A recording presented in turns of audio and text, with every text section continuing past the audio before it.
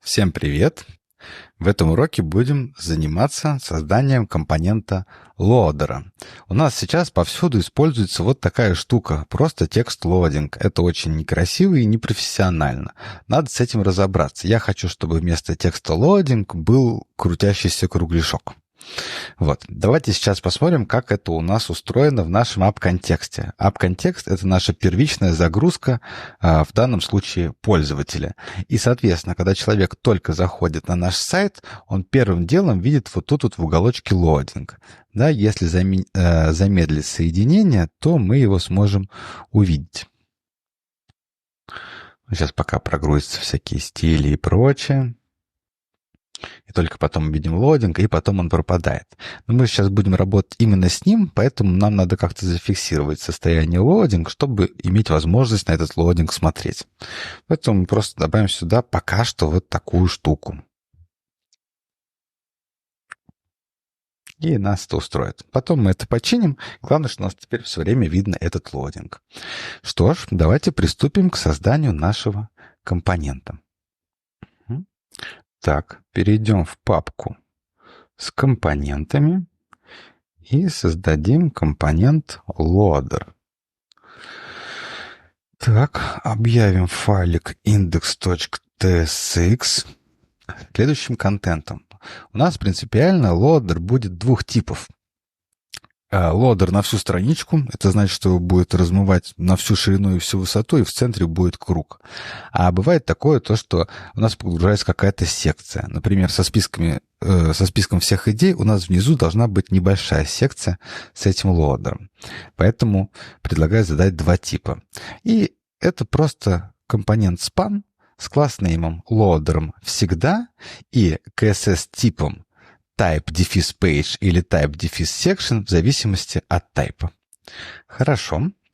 Так, теперь давайте добавим файл index.module.css. Хорошо. И добавим туда наши стили. Хорошо. Так, вот такие у нас стили. Ну, не считая этого миксина, давайте разберем, что у нас есть. Если у нас это type page, то мы говорим, что высота 100%, ширина 100%, и вот здесь некоторый loader. А type section — это значит высота 80 пикселей, а ширина 100%. Также, поскольку мы используем span, а он по умолчанию инлайновый элемент, мы задаем ему все-таки display-блок, чтобы он был блочным элементом. Хорошо. А теперь давайте разберем наш миксин. Пойдемте в миксины и создадим миксин нашего лодера. Так, сначала добавлю код, потом его разберу.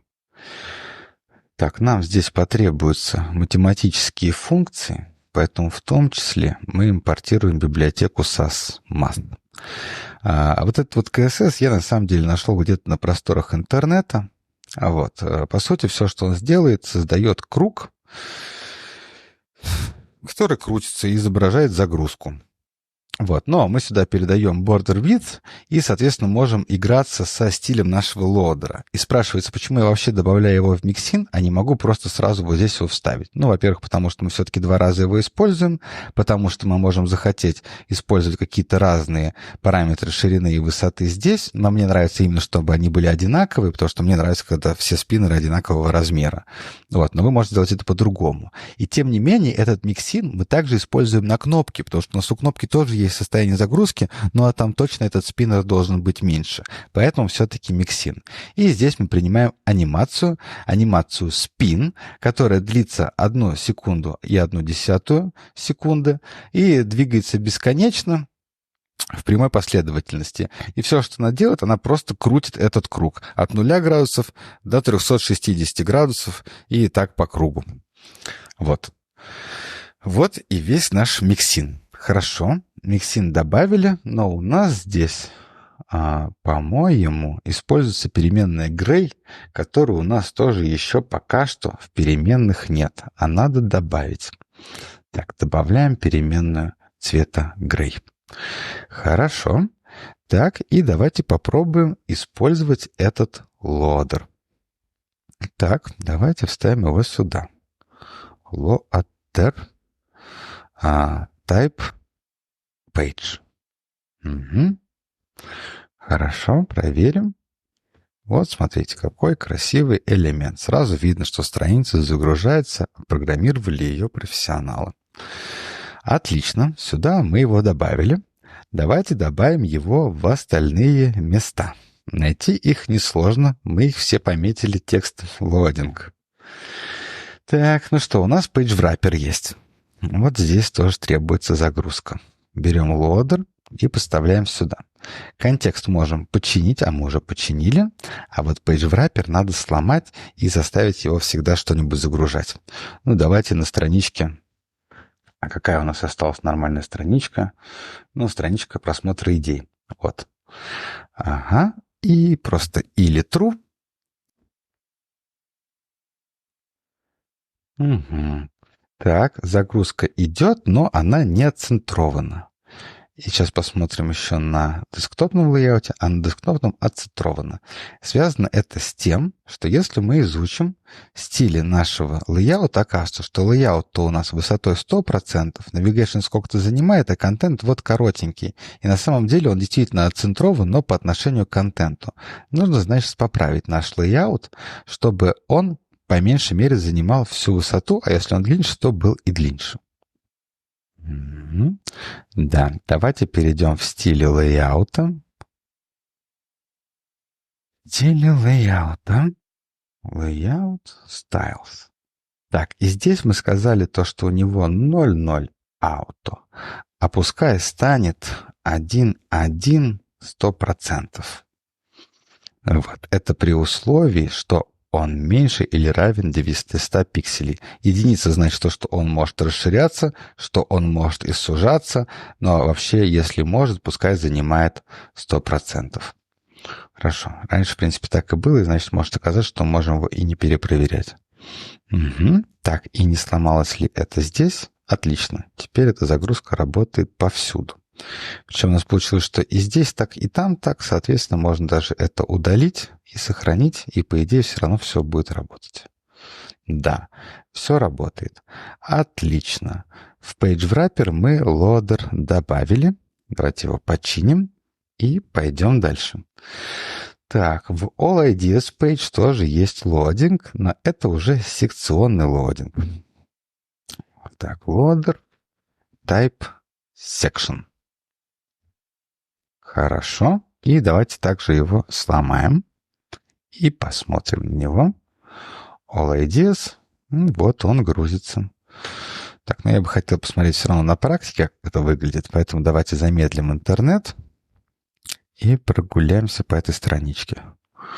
Slow 3G. Загружаем. Тут лодинг. Что-то не так. Loader section. Где-то здесь еще один раз был лодинг. Да, потому что это первичный лодер, когда еще ничего не было загружено. А вот здесь вот мы забыли его добавить. CSS More. Ставим его сюда.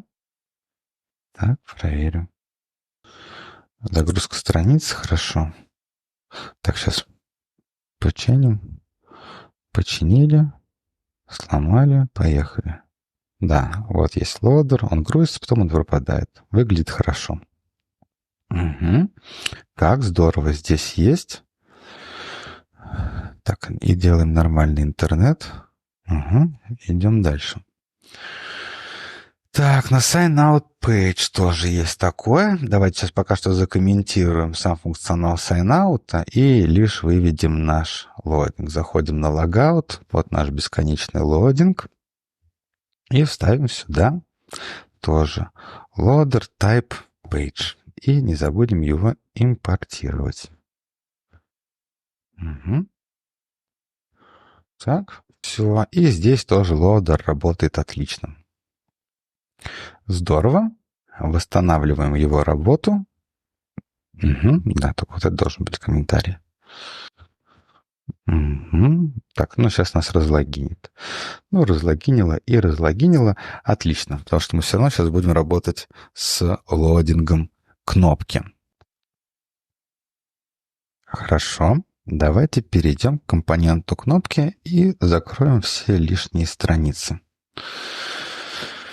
Button. Хорошо. Загружается у нас только этот button, соответственно, только с ним и будем работать. Состояние loading у нас уже есть, но оно пока что не передается в стиле. А нам надо передать его в стиле. Так, CSS loading будет существовать, если передан loading. Хорошо. И также я хочу что сделать, что когда у нас кнопка загружается, у нас вот этот вот текст должен становиться невидимым, а вместо него крутится спиннер. Но, тем не менее, у нас же ширина кнопки, получается, определяется ее контент, но чтобы контент не прыгал, и поэтому текст надо не просто заменять на лоадер, а текст надо делать именно невидимым, но чтобы он по-прежнему занимал свое место, а лоадер крутить поверху. Так, давайте так и сделаем. То есть здесь текст, вот этот submitting, он уже не нужен, и поэтому можно ставить только children.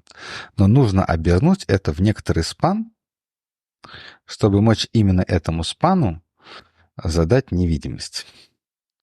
CSS.text. Хорошо.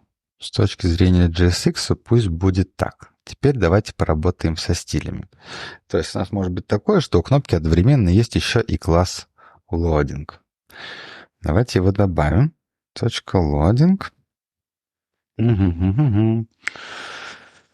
Так, сделаем мы следующее. Мы заинклюдим наш лодер, но уже с другими входными параметрами, сделаем его поменьше, а тексту на кнопке добавим opacity 0. Также у нас лодер, вот этот псевдоэлемент автор, эта штучка добавляется внутрь элемента, но это уже к разговорам о верстке. В этом учебнике мы договорились сильно в нее не углубляться. Так, у нас она position absolute. Чтобы position absolute нормально работала, у нас сама кнопка должна иметь position relative. Position relative. Хорошо. Так, ну и давайте просто временно проверим, что будет, если мы сделаем вечно грузящуюся кнопку. Ну у нас там в button props передается лодинг, поэтому он не подгружается. Хорошо, ну давайте просто замедлим интернет и так вызовем sign in. И вот наша загружающаяся кнопка. Отлично. Это то, что нам и требовалось.